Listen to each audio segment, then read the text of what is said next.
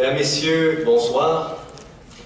Good evening, ladies and gentlemen. Welcome to the fourth and final presentation of our series entitled Explore and Discuss in connection with the Gods, a User's Guide exhibition, which I hope all of you had the chance to visit or will visit after this discussion, or perhaps will visit a second time. Why not? Cette conférence, la dernière de 4, s'inscrit dans le cadre de l'exposition Dieu, mode d'emploi, que vous avez peut-être eu la chance de visiter, sinon pourquoi ne pas la visiter de nouveau.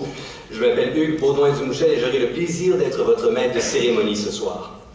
This evening we're hosting a panel of experts and exploring the topic of religion and immigration.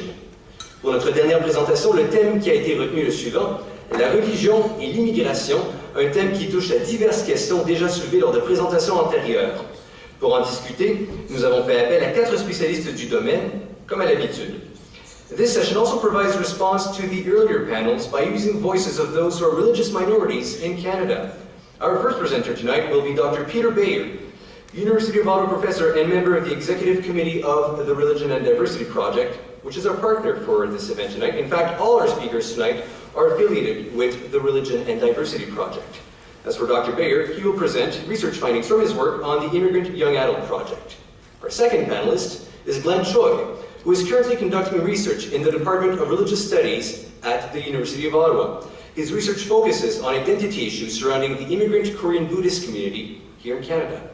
M. Choi sera succédé au micro par le Dr. Patrice Brodeur de l'Université de Montréal. Les recherches du Dr. Brodeur analysent entre autres les croisements du pluralisme et de la mondialisation. En outre, il se penche sur le phénomène d'intégration dans notre contexte canadien. Our final panelist is Dr. Paul Bramadat, professor at the University of Victoria. During his career, Dr. Bramadat has worked extensively on religion and ethnicity in Canada. His presentation tonight is entitled Religion and Refugee Settlement Efforts, The Untold Story. Nous sommes très heureux d'accueillir ces experts pour qu'ils partagent avec nous ce soir le fruit de leur recherche. Nous pensons que l'exposition Dieu, mode d'emploi est l'occasion toute désignée pour offrir une tribune à ces chercheurs et discuter de leurs découvertes. We are extremely happy to welcome for one last time scholars on our stage. We believe the Gods, a User's Guide exhibition is the best platform to give a voice to experts and to have a discussion about their findings.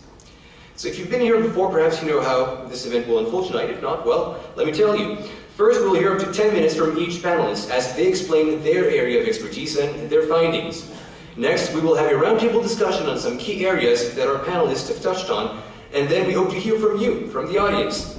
We have given you a card on your way in this evening. Therefore, if you have a question in relation to our theme, of course, please write these questions down and pass them on to your neighbor, who will then pass these little cards on to their neighbor until you get to the end of the row. Now, the people sitting at the ends of the row, or as close as possible to the ends of the row as you are, now you have a job to do. You will need to put these cards down next to your seat in the aisles, and we'll have ushers go by after the first 4 speakers have spoken, and they will collect the cards. And then we will go through the questions and we'll select the ones which we found are more representative of what we want to hear from and what you want to hear about. So basically that's our goal, to see what you want to hear. Donc après les allocations de nos invités, qui dureront approximativement 10 minutes chacune, nous discuterons ensemble selon le format d'une table ronde, puis ce sera à votre tour de poser une question en lien avec le sujet, question que vous aurez écrite au préalable sur les petits cartons qui vous ont été remis lors de votre arrivée, qui vous ont été remis lors de votre arrivée. Alors nous regrouperons les questions et poserons celles qui semblent vous interpeller le plus, et nous allons essayer de poser autant de questions que nous pouvons dans l'une et l'autre des langues officielles, so feel free to write your questions either in French or in English.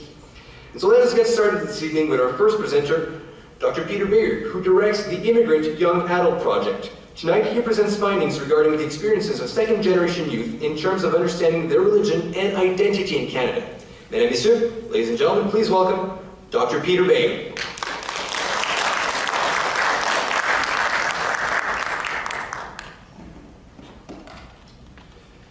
Thank you very much.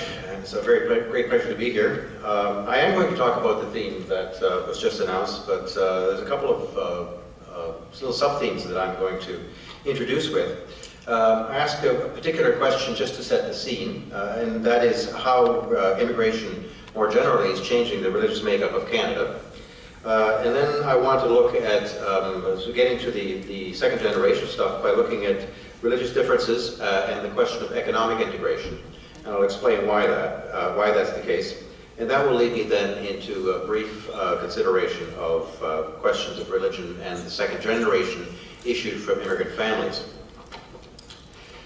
Regarding the immigration, the changing religious makeup of Canada, what we usually hear is in terms of increase in the numbers of adherents to what are often called world religions, Hinduism, Judaism, Sikhism, and things like that. And there we do notice a significant increase in the adherence of to such non-Christian religions. But I want to put the emphasis on that it isn't really all that great. This is still largely a country, in terms of religious identity, where most people identify as Christians or as having no religion at all. And in fact, even by Statistics Canada's best projections, that the percentage of the population that will adhere to these other religions will be no more than 14% of the population by 2031. That's still a decent percentage, but just to kind of put things into perspective. What is just as important in terms of the religious makeup in the context of immigration is that this category of having no particular religious affiliation or religious identity is also growing and is probably hovering at around 20% of the population right now. And immigrants are contributing meaningfully to that, especially immigrants from the eastern part of Asia. The other thing that is less often talked about is that the dominant religion of Christianity is also being significantly transformed in the context of immigration. Immigrants, it seems, do not, with the exception of Roman Catholicism, do not flock to the old denominations like the Anglicans and the United Church of Canada or the Presbyterian Church. There is some immigrant contribution there. But by and large, the Christianity that immigrants bring to Canada is of a tremendous diverse variety, and it manifests itself much more strongly in terms of what one might call independent churches, usually of the more conservative, Pentecostal or evangelical variety. And that's something to keep in mind, especially also when looking at my main topic, which is the religion and the second generation of these immigrants.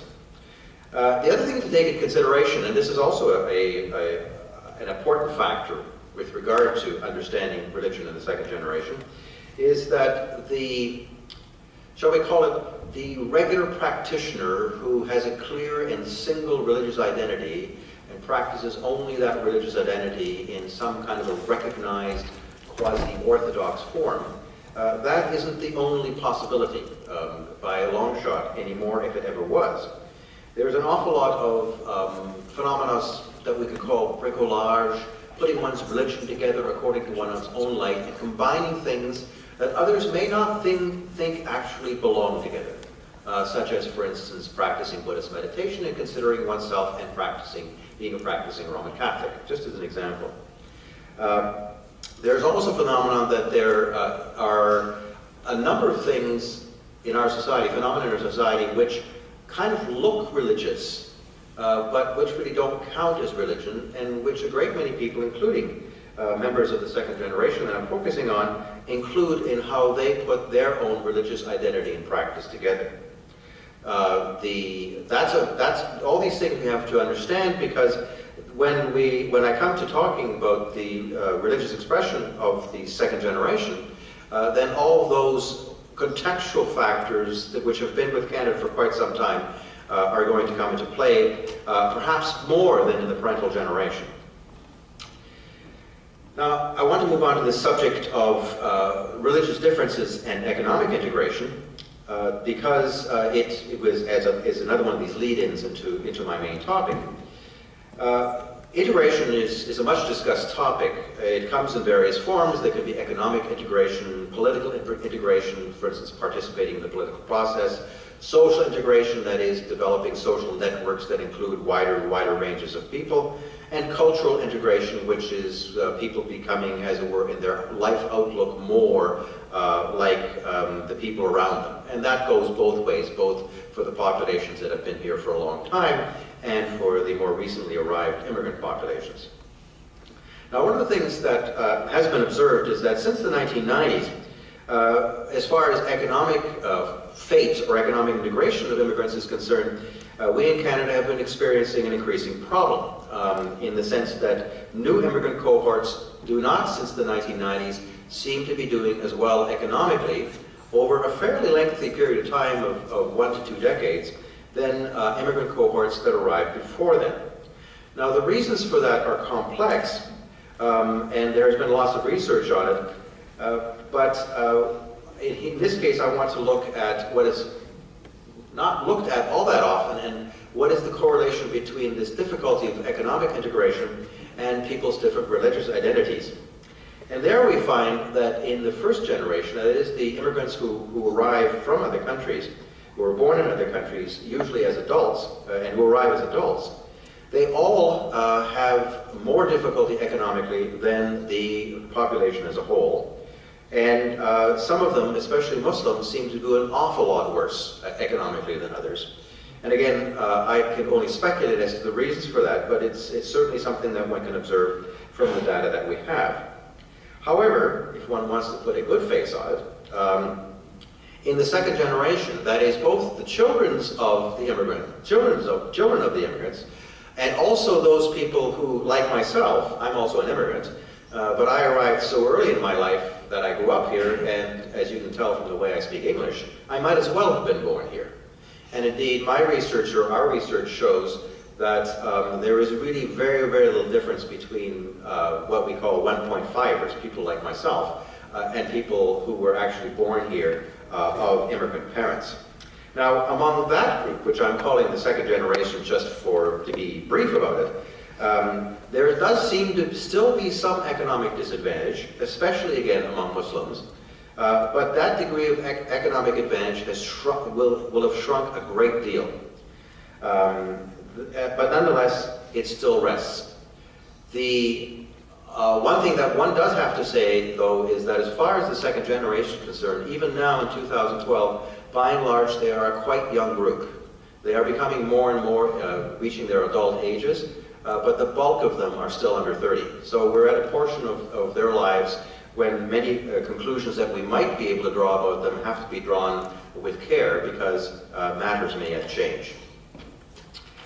Now, as far as the religion of this second generation is concerned, there we observe both continuity and discontinuity with the religion of the religions of the dominant population, the well-established population, shall we say, and the religion of the parental generation. Having said that, like so much else in the world of immigration and of the lives of immigrants, much depends on the subgroup. And one of the strongest conclusions that has emerged from our research is that among the second generations of different religious identities, people from different religious backgrounds do their religion relate to their religious heritages in different ways. Conclusions that you might be able to draw about the second generation from Muslim families simply do not apply to the second generation from other religious backgrounds such as Sikh, Hindu, or Buddhist. And it gets even more complex among the various varieties of Christians. Now, I don't here, because I've only got 7 to 10 minutes, I don't here have time to get into the details of what those differences consist. In fact, my colleagues and I are just about to publish a book which is 400 pages long, which tries to explain those differences. But I will concentrate on the commonalities among them, which also exist. And this is right across the board. The people of the second generation issued from immigrant families, much more, it seems, than their parents, at least by their own words, this is what they think, have a need for explanation and for reasons. They do not seem to simply carry on the religious traditions of their families because those are the religious traditions of their families.